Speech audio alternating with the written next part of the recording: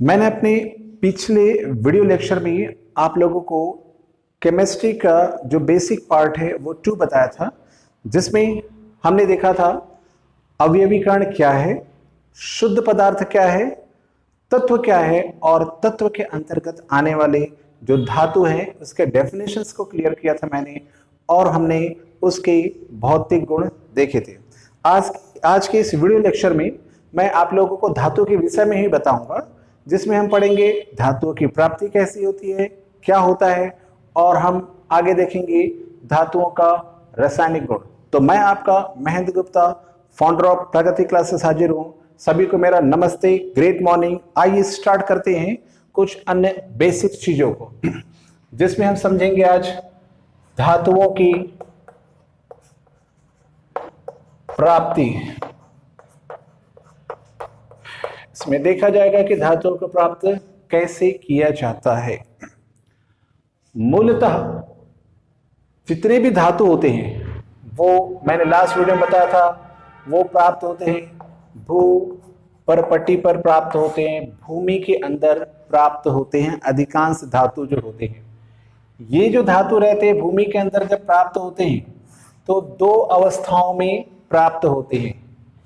एक को बोलते हैं हम लोग क्या, स्वतंत्र, या इसी को बोलते हैं मुक्त अवस्था कहते हैं, और दूसरा होता है संयुक्त अवस्था। तो धातु जो होते हैं वो 2 अवस्थाओं में प्राप्त होते हैं। पहली अवस्था का नाम है स्वतंत्र या फिर मुक्त अवस्था, दूसरा प्राप्त होता है हमको संयुक्त अवस्था के रूप में। स्वतंत्र या मुक्त अवस्था किसे कहते हैं? जब कोई धातु एकदम शुद्ध अवस्था में प्राप्त होगा, जब कोई धातु एकदम शुद्ध अवस्था में प्राप्त होगा, एकदम प्योर प्राप्त होगा, तो धातु की इस अवस्था को हम बोलते हैं स्वतंत्र या मुक्त अवस्था कहते हैं। तो जब भी कोई धातु एकदम प्योर मिला आपको तो वो कहलाएगा उसकी मुक्त अवस्था। जैसे कि गोल्ड हो गया, सिल्वर हो गया है, कॉपर हो गया है, एल्युमिनियम होता है।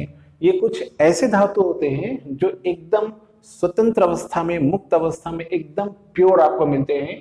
तो ऐसे धातु क्या कहलाते हैं, उसकी अवस्था क्या कहलाती है? स्वतंत्र या मुक्त अवस्था कहलाती है। जस्ट अपोजिट है संयुक्त अवस्था। संयुक्त अवस्था किसको बोलेंगे? जब कोई पदार्थ अशुद्ध रूप में प्राप्त होता है, जब कोई पदार्थ या यौगिक जो है अशुद्ध रूप में, जब कोई पदार्थ जो है अशुद्ध रूप में प्राप्त होता है, मिले हुए रूप में प्राप्त होता है, तब ऐसे उसकी इस अवस्था को हम क्या बोलते हैं? संयुक्त अवस्था कहते हैं। जैसे कि कल्पना कीजिए कि आप लोहे की खदान में गए तो आपको लोहा मिलेगा, ठीक, उसके साथ आपको मान लीजिए सल्फर मिक्स मिला, उसके साथ ऑक्सीजन मिक्स मिला, तो ये उसकी लोहे की क्या कहलाएगी? अशुद्ध या संयुक्त अवस्था कहलाएगी। तो जब कोई पदार्थ अशुद्ध रूप में किसी अन्य तत्वों के साथ में जुड़ करके प्राप्त होता है तो पदार्थ की इस अवस्था को हम क्या कहते हैं? संयुक्त अवस्था, या फिर आप साधारण भाषा में अशुद्ध अवस्था भी कहते हैं। क्यों ऐसा होता है वो देखते हैं। क्या होता है? ये 2 कारणों से होता है। पहला कारण है, होता है क्या है कि पृथ्वी के अंदर, भू परपट्टी मतलब पृथ्वी के अंदर में बहुत अधिक ताप और दाब होता है। तो बहुत अधिक ताप और दाब होने के कारण से क्या होता है?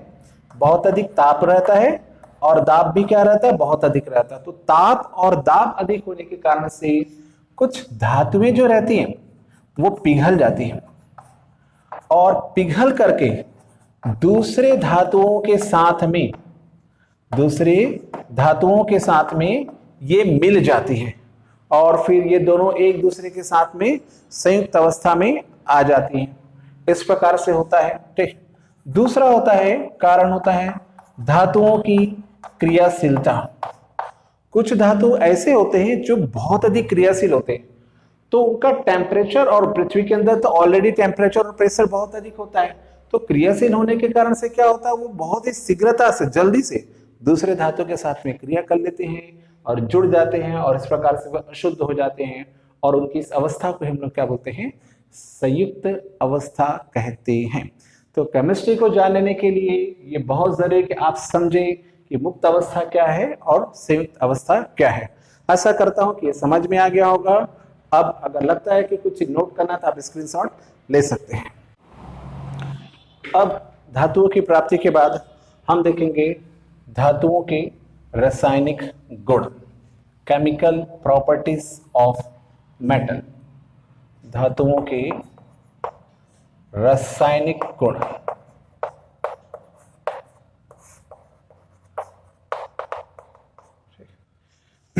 देखते हैं धातुओं के रासायनिक गुण क्या होता है। पहला रासायनिक गुण, अभी जो मैं लिखूंगा वो याद करने के दृष्टिकोण से लिखूंगा, देखिएगा कैसे। धातुओं का रासायनिक गुण क्या है, ये ऑक्सीजन से जब क्रिया करती हैं तो ये बनाती हैं ऑक्साइड, ठीक। दूसरा, जब ये हाइड्रोजन से क्रिया करती है तो ये बनाती है हाइड्राइड। तीसरा हम देखते हैं जब ये क्लोरीन से क्रिया करती है तो ये बनाती है क्लोराइड। इससे थोड़ा याद हो जाता है, एक बार हम फिर से देखते हैं। ऑक्सीजन से क्रिया करेंगी तो ऑक्साइड, हाइड्रोजन से क्रिया करेंगी तो हाइड्राइड, क्लोरीन से क्रिया करेंगी तो क्लोराइड। ये मोटा मोटा चीज पहले हम दिमाग में डाल लेते हैं ताकि बेसिकली हमको याद हो जाए। अब कैसे बनता है वो देख लेते हैं। जैसे कि हम कोई धातु लेते हैं, सोडियम ले लिए या पोटेशियम ले लिए, उसकी क्रिया हम किससे करा रहे हैं, ऑक्सीजन से। ये देखिए दोनों साथ साथ देखते चले जाते हैं। पोटेशियम, पोटेशियम की जगह हम लोग ले लेते हैं कैल्शियम वगैरह ले लेते हैं, कैल्शियम ले लेते हैं। ओके, अब यहां पर देखिएगा, अब जब धातुएं ऑक्सीजन से क्रिया करती हैं तो वो बनाती क्या, ऑक्साइड बनाती है। तो चलो देख लेते हैं। तो क्या बनेगा, यहाँ पर ये बना लेता है सोडियम ऑक्साइड और यहां पर बना लेता है ये कैल्शियम ऑक्साइड। ओके, थोड़ा बैलेंस कर लेते हैं हम। यहाँ पर ये 2 हो गया ऑक्सीजन, 2 दूनी 4 यहाँ पर हो गया है, यहाँ पर ये होता है 2, तो यहाँ पर कर लिया 2।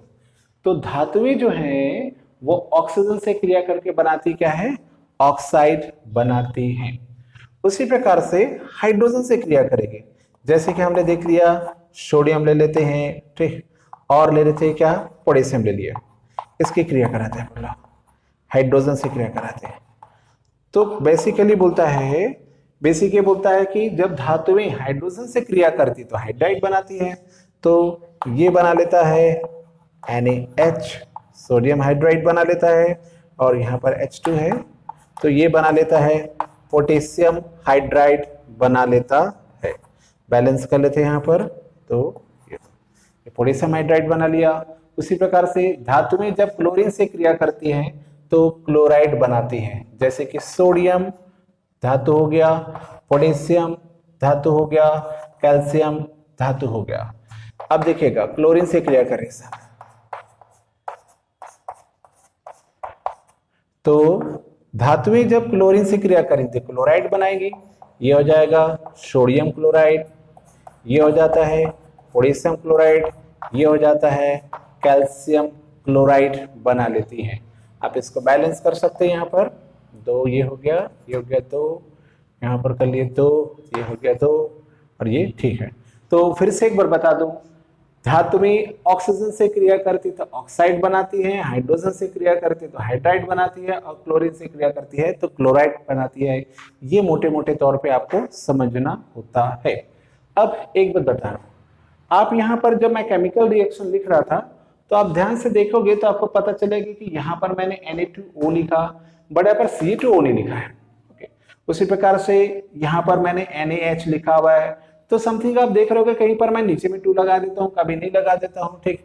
तो इसके लिए आपको एक बेसिक क्लास अटेंड करना होगा जिसमें आपको बेहतरीन तरीके से समझ में तब आएगा जब आप अच्छी तरीके से समझ लो कि परमाणु की संरचना कैसी होती है, परमाणु क्रमांक क्या होता है, इलेक्ट्रॉनिक विन्यास क्या होता है, अष्टक क्या होता है, जब तक ये समझ में नहीं आएगा इस प्रकार से आप फॉर्मूला जो है वो तैयार नहीं कर सकते। इसके लिए वैसे आपको अभी फिलहाल आपको समझना है, तो अगर आप 9th के स्टूडेंट है या 10th के भी स्टूडेंट है तो 9th की बुक उठाइए, उसमें एक मेथड दिया हुआ है जिसका नाम है आड़ा तिरछा विधि।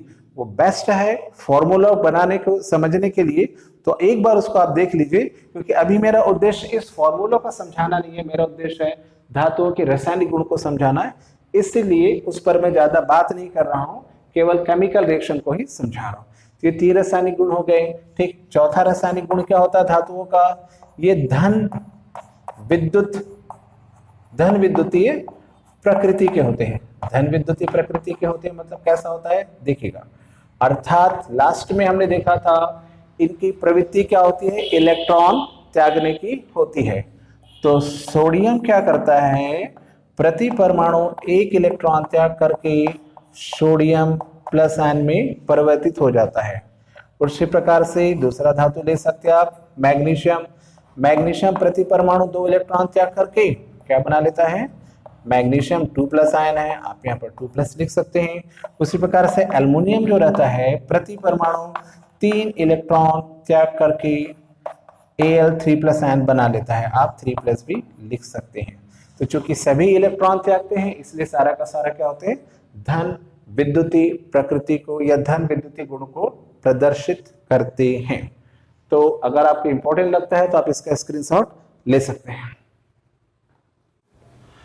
चलिए इस 4 रासायनिक गुण के बाद कुछ और रासायनिक गुण देखते हैं हम।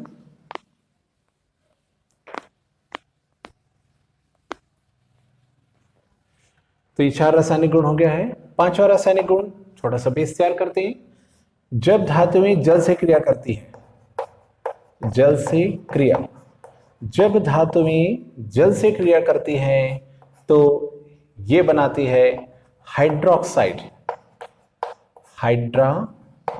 ऑक्साइड बनाती है और साथ में हाइड्रोजन गैस भी बनाती है। ऊपर जाता हुआ तीर का चिन्ह प्रदर्शित करता है कि गैस की गति हमेशा ऊपर की होती है। तो धातुएं जल से क्रिया करके क्या बनाती है, हाइड्रोक्साइड बनाती है।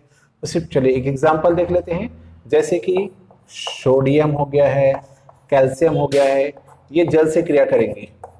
जैसे इसने जल से क्रिया किया, इसने जल से क्रिया किया, तो ये बना लेता है हाइड्रोक्साइड, तो बना लेगा सोडियम हाइड्रोक्साइड और साथ में उत्पन्न करता है हाइड्रोजन गैस। उसी प्रकार से कैल्शियम जब जल से क्रिया करता है तो ये बना लेता है कैल्शियम हाइड्रोक्साइड और साथ में हाइड्रोजन गैस उत्पन्न करता है। अब बैलेंस करना चाहे तो यहाँ पर हो जाएगा 2, तो 2 × 4, ये हो गया 2, तो यहाँ पर कर लीजिए 2, ये बैलेंस हो जाएगा। उसी प्रकार से यहाँ पर बैलेंस करेंगे तो 2 और 2 4 हो जाएगा, यहाँ पर कर लेते हैं 2, ये बैलेंस हो गया। तो धातुएं जो होती हैं जल से क्रिया करती है तो क्या बनाती है, हाइड्रोक्साइड बनाती है और हाइड्रोजन गैस उत्पन्न करती है। 6 अपना पॉइंट हो जाता है, धातुओं के ऑक्साइड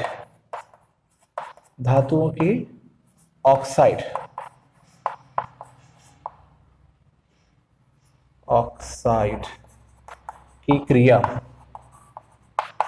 जल से। तो धातुओं के ऑक्साइड की क्रिया हम जब जल से कराते हैं तभी भी ये बनाता है हाइड्रो ऑक्साइड बनाता है। जैसे कि धातुओं के ऑक्साइड में से आप ले सकते हैं, थोड़ी देर पहले देखा था सोडियम ऑक्साइड देखा था, कैल्शियम ऑक्साइड है, तो ये धातुओं के ऑक्साइड है, उसकी क्रिया हम जल से कराते हैं। तो देखते हैं क्या बनाता है ये, तभी भी बोलता है हाइड्रोक्साइड बनाता है। ये बना लेता है सोडियम हाइड्रोक्साइड बना लेता है और यहाँ पर ये बना लेता है कैल्शियम हाइड्रोक्साइड बना लेता है। अब ये बैलेंस करना चाहे तो बैलेंस कर सकते हैं। यहाँ पर 2 है, 2 कर दे, यहाँ पर ऑक्सीजन 2 हो गया। यहाँ पर आप बैलेंस कर सकते हैं, 2 है तो यहाँ पर हो जाएगा 2, 1 2 2, ठीक है, ओके, तो बैलेंस है। तो इस प्रकार से धातुओं के ऑक्साइड जब जल से क्रिया करते तो क्या बनाते हैं, हाइड्रोक्साइड बनाते हैं। तो ये अपने पास हो गए हैं धातुओं के रासायनिक गुण के 6 पॉइंट हो गए हैं। ऐसे बहुत सारे पॉइंट आपको मिलते हैं। एक और पॉइंट देख लेते हैं, छठवां के बाद सातवां देख लेते हैं हम लोग। लास्ट पॉइंट देखते हैं हम लोग, सातवां पॉइंट, अम्ल से क्रिया। जब धातुएं अम्ल से क्रिया करती तो क्या बनाती है? अम्ल से क्रिया तो कहता है जब भी कोई धातु अम्ल से क्रिया करेगा तो बनाता है वो संगत लवण। इसको समझेंगे रासायनिक समीकरण के माध्यम से, संगत लवण बनाता है, ठीक। और क्या करेगा ये देख लेते हैं। जैसे कि हम देख लेते हैं जिंक। जिंक की क्रिया जब हम अम्ल से करा रहे हैं, यहां पर देखिएगा सल्फ्यूरिक अम्ल से करा रहे हैं, एक बार फिर से जिंक लेकर के दूसरा अम्ल ले लेते हैं, हाइड्रोक्लोरिक अम्ल है। तो ये जो धातु है जब अम्ल से क्रिया करेगा तो बोलता है संगत लवण। संगत लवण मतलब क्या हो जाएगा? जैसे सल्फेट लवण है, इसके साथ जुड़ जाएगा ये, तो ये बना लेगा जिंक सल्फेट, ये बन गया है लवण। इसी संगत मतलब ऐसा हो जाएगा जिसके साथ जुड़ रहा है, मतलब जिस अम्ल से क्रिया कर रहा है उसमें जो लवण रहेगा वो धातु के साथ में चिपक जाएगा, जुड़ जाएगा, उससे संयुक्त हो जाएगा। यहाँ पर जिंक किससे क्रिया कर रहा है? हाइड्रोक्लोरिक अम्ल से क्रिया कर रहा है, तो क्लोरीन लवण से क्या हो जाएगा? ये संयुक्त हो जाएगा, ये बना लेगा जिंक क्लोराइड, और साथ में हाइड्रोजन गैस ये मुक्त करेगा। तो इसका मतलब ये हुआ कि धातुएं जो है अम्ल से क्रिया करके संगत लवण के साथ साथ क्या उत्पन्न करती है? हाइड्रोजन गैस उत्पन्न करती है। तो ये है धातुओं के रासायनिक गुण के 7 पॉइंट्स जो आपको बहुत ही बेसिकली हमेशा के लिए याद होना चाहिए, क्योंकि जब आप 11th 12th में रहते हैं तो ये नॉलेज जब नहीं होता है तो फिर जो बड़े बड़े रासायनिक समीकरण वो दिमाग में समझ में आते नहीं है, तो बड़ी परेशानी होती है। तो ये आपको पॉइंट आउट होना चाहिए। तो फिर से मैं चाहूंगा कि पढ़ाई के अंत में आप एक बार क्या करना होगा, पढ़ाई खत्म किया आपने, घर में आधा घंटा का रेस्ट लिया, किसी खाली जगह पर गए, आंख बंद किया, पहले सोचा कि सर ने किस किस टॉपिक पे पढ़ाया, मेन हेडिंग याद कीजिए। तो आपको याद दिला दूं, मैंने सबसे पहले पढ़ाया आज धातुओं की प्राप्ति। दूसरा मैंने आप लोगों को सिखाया कि धातुओं के कौन कौन से इंपॉर्टेंट रासायनिक गुण होते हैं। तो अभी आप आंख बंद कर सकते हैं, ऐसा आधा घंटे के बाद फिर सोचेंगे धातुओं की प्राप्ति में क्या बताया था सर ने। तो सर ने बताया था कि धातुओं की जो प्राप्ति रहती है 2 तरीके से होता है, स्वतंत्र अवस्था में, मुक्त अवस्था जिसको बोलते हैं, और एक होता है संयुक्त अवस्था, उसके बारे में थोड़ा विचार करें। फिर आप सोचे कि धातुओं के जब रासायनिक गुण बताया था तो कितने पॉइंट्स बताए थे, ऐसा पूरा क्लियर होना चाहिए। तो फिर बताया था 7 पॉइंट बताया था, तो उसमें मोटा मोटा याद रखो। ऑक्सीजन से क्रिया ऑक्साइड, हाइड्रोजन से क्रिया हाइड्राइड, जल से क्रिया हाइड्रोक्साइड, अम्ल से क्रिया संगत लवण हाइड्रोजन। ऐसे करके 7 पॉइंट्स को धीरे धीरे करके दिमाग में लेते चले जाइए। जब एकांत में आप कर लेते हैं तो दिमाग में सेट हो जाता है। बीच बीच में देखिए, बेहतरीन तरीके से नोट्स बनाइए, क्योंकि आने वाला जो समय रहेगा वो आपको कॉम्पिटिटिव एग्जाम्स कराएगा। तो ये बेसिक चीजें आपको बहुत ही हेल्प करेगा। आशा करता हूं कि आज का पढ़ाया हुआ आप लोगों को अच्छा लगा होगा। अगर अच्छा लगा तो प्लीज कमेंट कीजिए, शेयर कीजिए और मेरे चैनल को सब्सक्राइब कीजिए। थैंक यू वेरी मच मेरे साथ बने रहने के लिए। तेरी वो रफ्तार हो, रोके से भी तू ना रुके, हासिल कर